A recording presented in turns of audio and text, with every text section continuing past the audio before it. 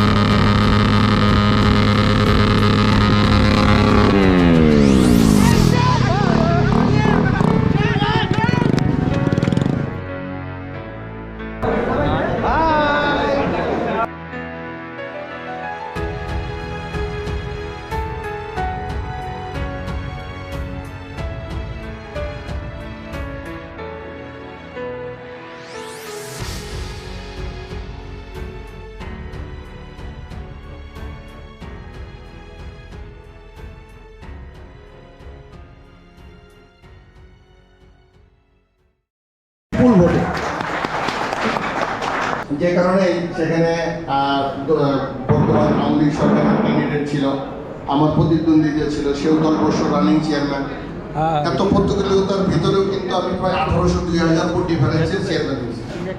তো আমার যে বিজনেসের ফাঁকেও আমাদের যে ভাইরা তারা বলে গেছে, সিনিয়র ভাই, যে ওয়ার্স মানে একটা ভালোবাসার বন্ধন। আসলে এই ভালোবাসার বন্ধন থেকেই আমাদের এই জায়গায় সবার ছুটে আসা।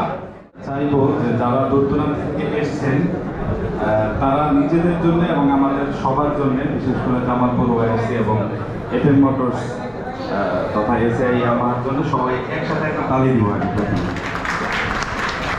আরো জোরে হবে। Thank you. আমি ধন্যবাদ জানাচ্ছি জায়েদ ভাইকে, আসিফ ভাইকে, হাদিস ভাই সহ আমার ঘনিষ্ঠ সহচর হয়ে গেছে। আমি মূলত পেশায় মিউজিশিয়ান, যেহেতু গান গেয়ে বেড়াই সারা দেশ, অনেক জায়গায় যেতে হয়, সেদিক থেকে মোটরসাইকেলের সাথে অনেক আগের থেকেই আমার একটা দুর্বলতা কাজ করে। বললো ভাই গাড়িটা দিয়ে যান, আমি ঠিক করে আপনাকে ফোন দিচ্ছি। বিশ্বাস করবেন না, গাড়িটা আমি 11:30টার সময় রিসিভ করছি। এই জিনিসটা আসলে অন্য যে কোম্পানি আছে সেখান থেকে অনেক ডিফারেন্ট। এই জিনিসটা আমি এসিআর দিক দিয়ে আমি বলবো এটা অবশ্যই ভালো দিক। কারণ আজকে আমরা প্রোগ্রামে আসছি হচ্ছে ওআরসি রাইডার্স ক্লাব জামালপুর এর ওপেনিং সেরিমনি প্রোগ্রামে।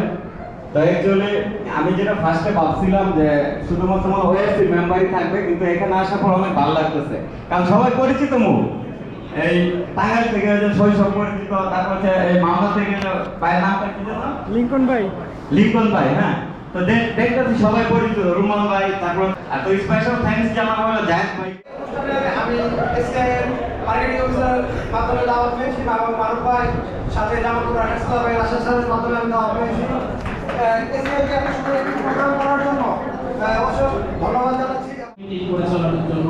আর এখানে উপস্থিত সকল সিনিয়র বাইকার, তারপর হচ্ছে ওয়াইসি থেকে আগত বিভিন্ন ওয়াইসি থেকে আগত বিভিন্ন বাইকার, সবাই ওয়াইসির জন্য শুভকামনা রাখি।